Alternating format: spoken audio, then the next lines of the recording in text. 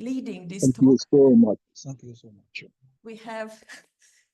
We have been supervising 3 master students from the African Institute of Mathematical Sciences, and they will, I don't want to say more, they will present their findings, but they have worked on Findex data from the World Bank, and they were trying, the main question is around digitalization of wages. While we are preparing for the students to come online, I would like to ask Cecil, who came all the way from Rwanda yesterday, who is a representative of the African Institute of Mathematical Sciences, just to say a few words about what it is, the African Institute of Mathematical Sciences. Okay, so good afternoon, everyone. Thank you, Corina, for inviting me all the way from Rwanda to come and attend this event.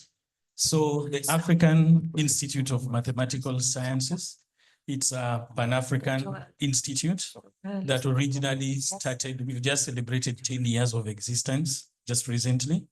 And it started with the goal of increasing the mathematical footprint in Africa, how mathematics can change lives, or how mathematics can be used in Africa for good. So we have 6 centers of excellence. The first one, the original one, was in Cape Town, South Africa. Then we have one in Senegal. We have one in Ghana, and then another one in Cameroon. There was a time that we had one in Tanzania, but it was closed. But in Rwanda now, we have 2 centers, AIMS Rwanda, that delivers the taught master's program, and the Research and Innovation Center that now carries research, especially master's research and PhD programs. So for us, we like to partner with people with nice mathematical problems, people with data that they want to make sense of. For us, our students work on a variety of projects. I've learned today that using this climate data, we can even model insurance. I didn't know that. I've learned today, so that is one thing I'm going to tell our students, because we've mainly been studying climate change with relation to communicable diseases like diarrhea, like dysentery and whatever. But at least from today, I'm learning that we can also use it for financial inclusion, okay? So we'll work on projects like that. So for us in our center, we mainly focus on data. We focus on quantum sciences, and we also do lots of mathematical biology. So you are welcome to come and partner with us. You can sponsor students to work on interesting projects. You can also propose topics, and then we pair you with a student so that the student can perform research on it. So welcome to AIMS. For those of you who are already at AIMS, I'm seeing Munir, Corina, Olivier, and also we have an AIMS alumni. Yeah? He is part of a product of AIMS. So also, if you want to know more about AIMS, you can also talk to him. He can also give you experience on how he found the program at AIMS is. And for us now, for the coming 5 years, our motto is in African youth, the future of science. We believe that we need to get rid from a culture of mimicry, whereby we copy models from somewhere else. We are striving for an African-led society, whereby innovation is also going to be spearheaded with us as Africans. So we are focusing mainly on coming up with context-specific and site-specific solutions to the different problems we have in Africa through mathematical sciences.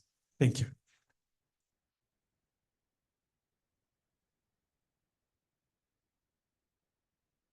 So now I hand over to Munir and Yunus. Let the magic happen to have the online speakers. Let's see if they are good. Yes, hi everyone. I mean, I'm not super sure why my picture is there because I don't have a big job. So my job is just to introduce. Yes, so together with Corina and actually also together with the digital wages team at ILO, Andrej and Valerie, we supervised students for this project, 3 students who worked on digital wages, and I think so. It's quite impressive what they did. So the students worked on it 10 weeks last year, and the idea was to look a little bit. I think I'm also supposed to look a little bit in the slides. So I mean, we don't need the definitions of digital wages, but the main idea was that the students should take World Bank data and see whether what kind of associations using machine learning methods they find between digital wages and financial inclusion. Yes, and I guess the plan now is that the 3 students should be somewhere where I can't see them, but they should be somewhere. And Joel, can you hear me? Yes. Can you hear me? So Joel is here. Maybe one thing I also want to mention is so these 3 students were excellent students from AIMS, so I can also say only good words about AIMS. I was there a couple of weeks or months ago, and after the master, I think so. So the 3 presenters, I want to have pictures of them there, but there are no pictures, so maybe I can tell. So the presenters are Joel, Socrates, and Dhorasso.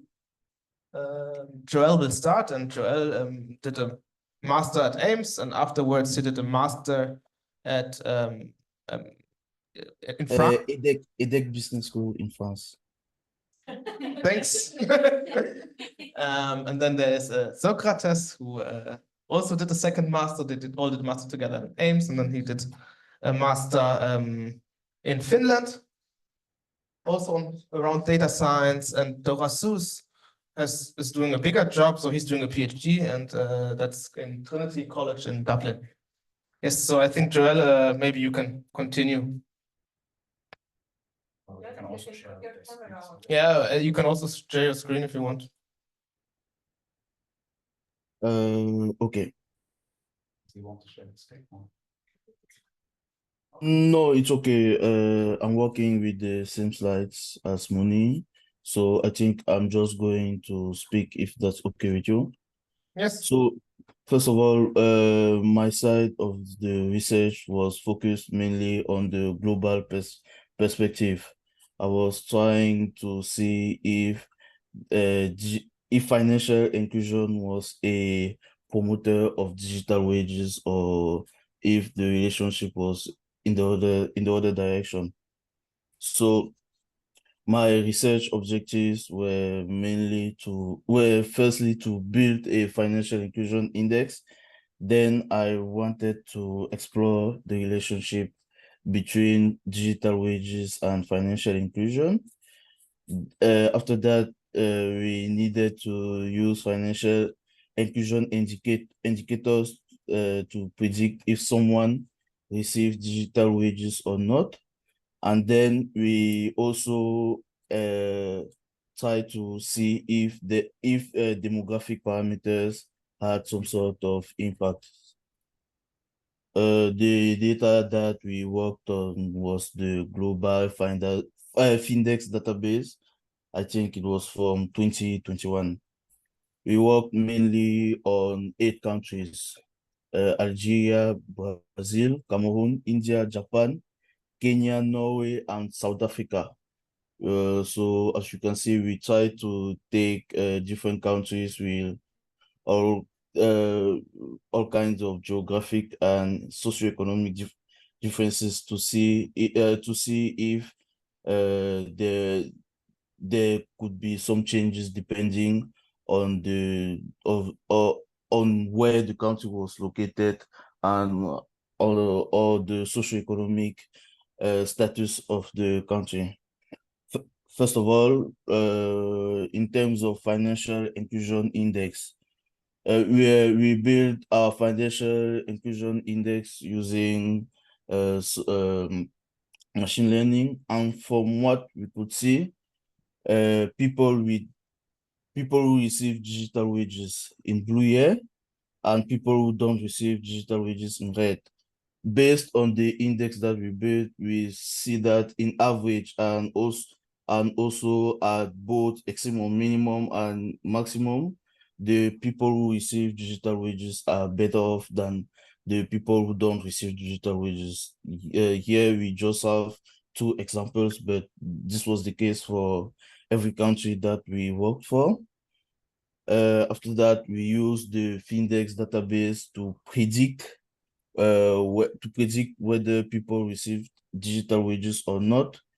We use machine learning, different kinds of machine learning models, and this graph shows the different accuracies that we had depending on the countries. So the worst accuracy that we had was around 90%. So the different models that we used were quite good.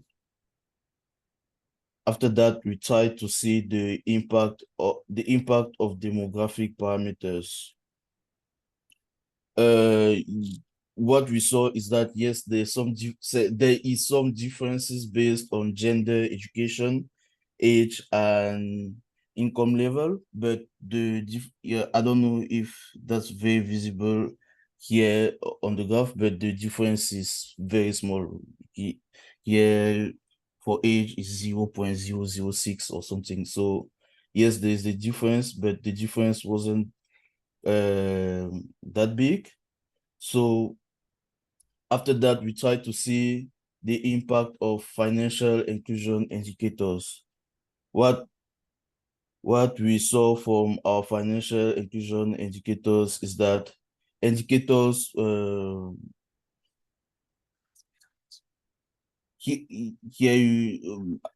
don't remember exactly which parameters is which, but I remember that the way we made the difference, show a parameter that indicates usage of a financial service, and A indicate if people have access. So here it was in order of how much impact they had, and for this country in particular, I think it was Cameroon. The biggest impact was from an access indicator, but you see that after that, almost all the rest were usage indicators. This is not the only indicators that we had left, but I think we had more than 40 parameters. This was the top 10, top 20, something like that. But that's it. As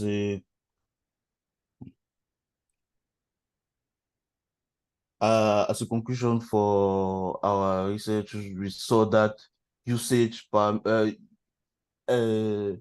the use of financial services was more important than access, and that demographic parameters didn't have that much of an impact. So our advice would be to facilitate access to those services and encourage people to use them. So now I think the African perspective was from Sokat. Hello, Yeah, can you hear me? Socrates now. Yes. Yes. Can you hear me? Yes, we can hear you. I hope you can hear us as well. Okay, yeah. So I worked on data from the African continent. I was using machine learning to predict the likelihood of an individual in Africa receiving digital wages. I had two research questions. One, predict the likelihood of an individual receiving digital wages. That's come up with a probabilistic measure for identifying whether somebody will receive a digital wage or not. And second was to identify the most significant factors that predict an individual's likelihood of receiving digital wages. For the data source, we use the individual level data from the 2021 Global Findex database and considered individuals who actually receive digital wages. At the time of the study, data from only 29 countries was available. So yeah, these are just examples related to the first research question, coming up with different probabilities. So for instance, we have an example here for Kenyan, male by gender, they fall between the age groups of 25 and 44.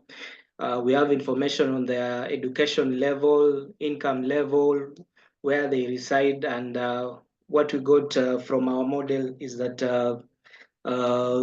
the probability of them receiving a digital wedge was 0.95. So I can briefly mention the model. So while we experimented with 3 different machine learning models, we settled on an XGBoost classifier, given that it gave the superior performance in terms of accuracy. And some of the predictors we considered include account ownership, that is whether somebody has an account or not, the economy or country they come from, their income level, education level, age, whether they have access to internet or not, whether they do use the internet, whether they have mobile phone or not, whether they use the mobile phone for financial transactions or not.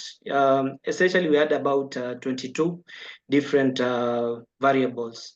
So this is another example, Ugandan female, age between 15 and 24.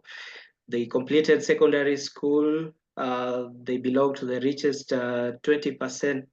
And they reside in an urban area. We see we have a probability of 0.92. Another example on the lower end in terms of probabilities, we have a Tanzanian male, 45 to 64.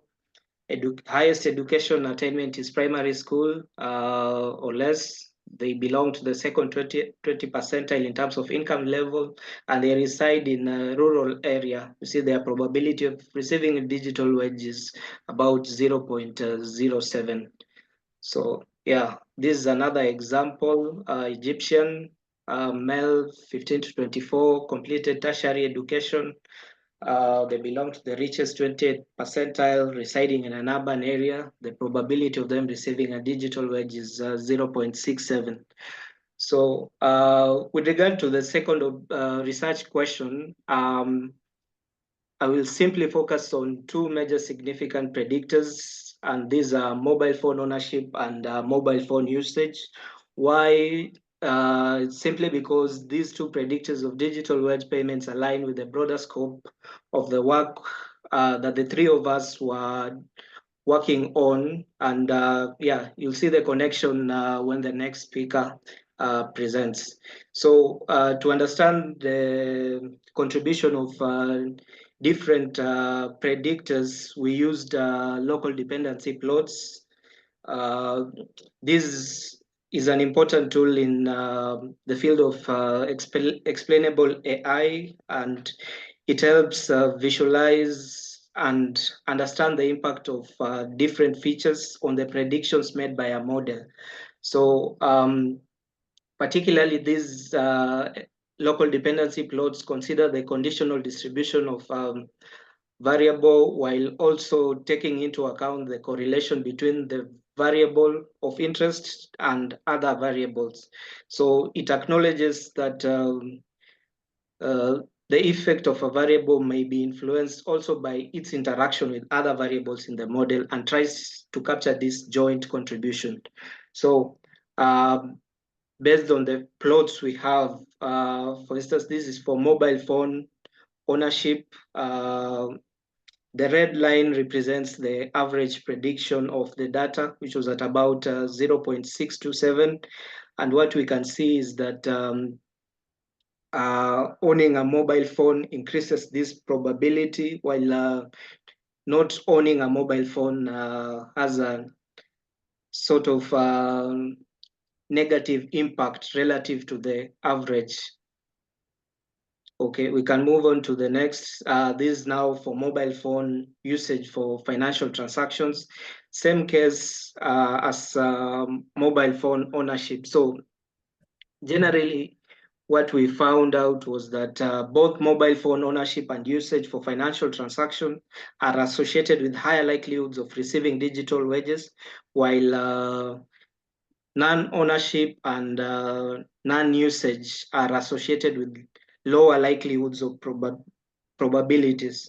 A major takeaway from our results was that the mobile phone usage for financial transactions, it had the largest positive effect amongst all the variables we considered in the model. These indicated a strong contribution to increasing the mean probability. That's specifically the case of whereby an individual uses their mobile phone for financial transactions. So conclusively, I think the relationship unveiled between mobile phone ownership and usage for transactions, and the likelihood of receiving digital wages underscores the importance of these technologies in promoting digital wages and generally financial inclusion. So I'll hand over the bat to Dhorasso. So the third speaker is now Dhorasso. Hello, can you hear me? Hello? Yes, we can hear you. Okay. For my work, I was most interested on analyze the enterprise characteristic on the use of mobile money for wage payment.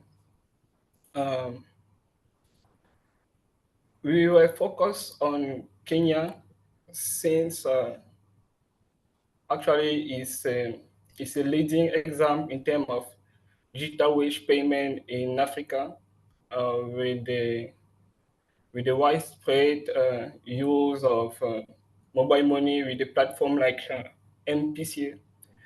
And the other fact is is the only country that we have like a lot of data on it. So that was the reason why. Our main focus during this research actually was to analyze which kind of enterprise characteristic, like the size of an enterprise, the digital level of the enterprise, how actually will impact the likelihood of the enterprise actually to adopt mobile money for wage payment. As a metric, we were using like sharp value to estimate the contribution of each firm characteristic on the mobile money adoption. Actually, we were combining all the possible combination of enterprise characteristic and weight their contribution on the adoption of mobile money payment for the salaries. The data source that we used was the World Bank Enterprise Survey. The data was for the 2019. And as a first result, when you look at the level of adoption of mobile money wage in Kenya, we can see that around 40% of enterprise use mobile use actually. Actually, the data is reverse. Actually, it's 40% of the enterprise who only use mobile money for wage payment, meaning that just a small portion of the enterprise in Kenya will actually use mobile money for wage payment. I can see that most of them are small and micro enterprise, maybe due to and we can see that those enterprise doesn't have like access to the traditional bank service. Maybe the reason why they are trying to look for other method. And the large enterprise, actually they don't use like mobile money. They may be more like to choose like more modern way of pay their salary. And the next thing that we were looking is the business sector. We can see that in the data, the manufacturing sector was the sector who actually have the large number of business, but when analyzing the rate of adoption of mobile money payment, we found that it actually has the lowest level of adoption compared to the enterprise in the construction sector, who actually exhibit the lower level of adoption of mobile money, whether it's in national, international, or local area. Maybe like we can see that the construction sector actually is a business who actually is spread in different locations, and sometimes it can be far from the financial, like we don't have direct access to banking service, so mobile money can be like a solution for them to access directly to their wage. And when we look at the level of digitalization of the enterprise, like the level of digitalization of the enterprise, surprisingly, we can see that the small and the micro business actually can have a lower rate of adoption of mobile money when there is low level of digitalization compared to the large enterprise. Actually, the large enterprise will tend to adopt the mobile money wage if there's like the level of digitalization is low. I want to clarify that the level of digitalization here was kind of variable that we define based on the access on the internet, access on the electricity, and if the enterprise has a computer generator. So we can see that there is a positive correlation between the level of digitalization and the size of the enterprise. Now, when we look at do some deep analysis on the contribution of each enterprise characteristic on the level of adoption, on the adoption of mobile money as method of wage payment, we can see that the medium business and the small business actually will have like positive sharp value. We mean that the more you are small, the more you are likely to use mobile money as a method for wage payment compared to the enterprise. For the large enterprise, that will tend to choose like other way of payment. And the enterprise in the construction sector actually is no surprise, as the descriptive analysis shown that they are the more to use mobile money. And this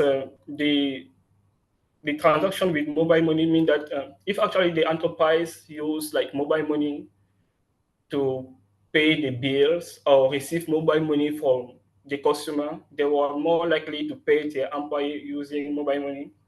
And the enterprise with no saving account or no bank account will also be more likely to use mobile money as wage payment.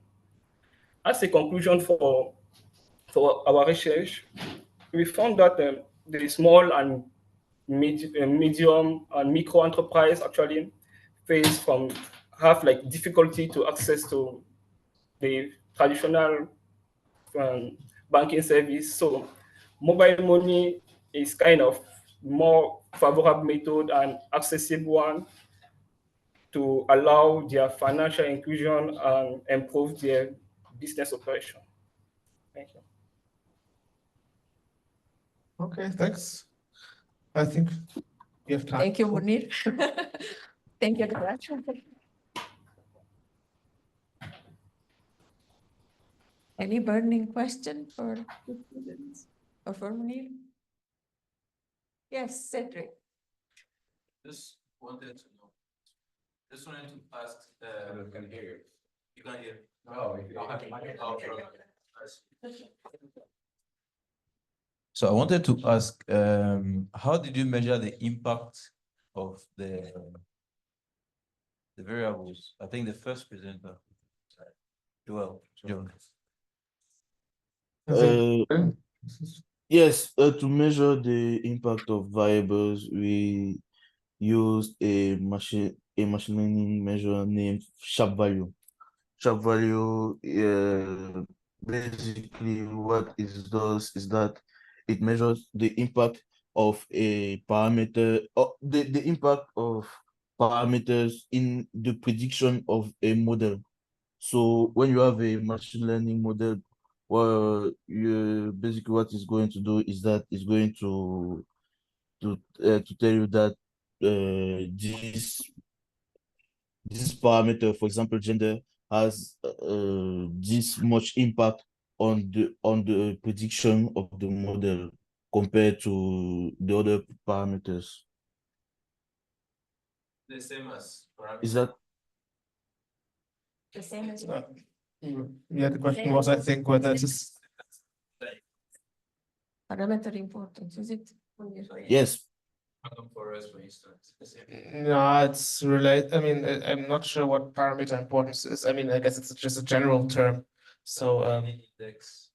yeah, so it's related. So I think maybe I just take it over. So the plots there show a partial dependence plot corrected by the mean. So what you basically do is you have your predictor, and then you just integrate out. So if you want to see the effect of gender, you need to integrate out all other variables together with the density of the other variables. And then you get the marginal effect of gender of your predictor. And so basically, what you do, like the outcome you get is called a sharp measure. It's related to it. Yes. You speak later.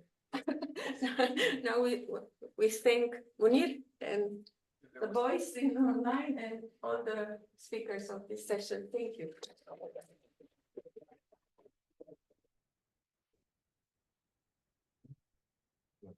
I think we are closing. We are very happy to have such a fruitful day. I believe I would like to thank again our guests who came to Liverpool, our speakers here and online. I would like to thank our funding body, which is Research England Enhancing Research Culture Fund. And I would like to thank Aparna, who helped co-organize this event, and Younes. And Samira and Ronnie for the online policing of the Zoom. The online contingent here. So thank you very much.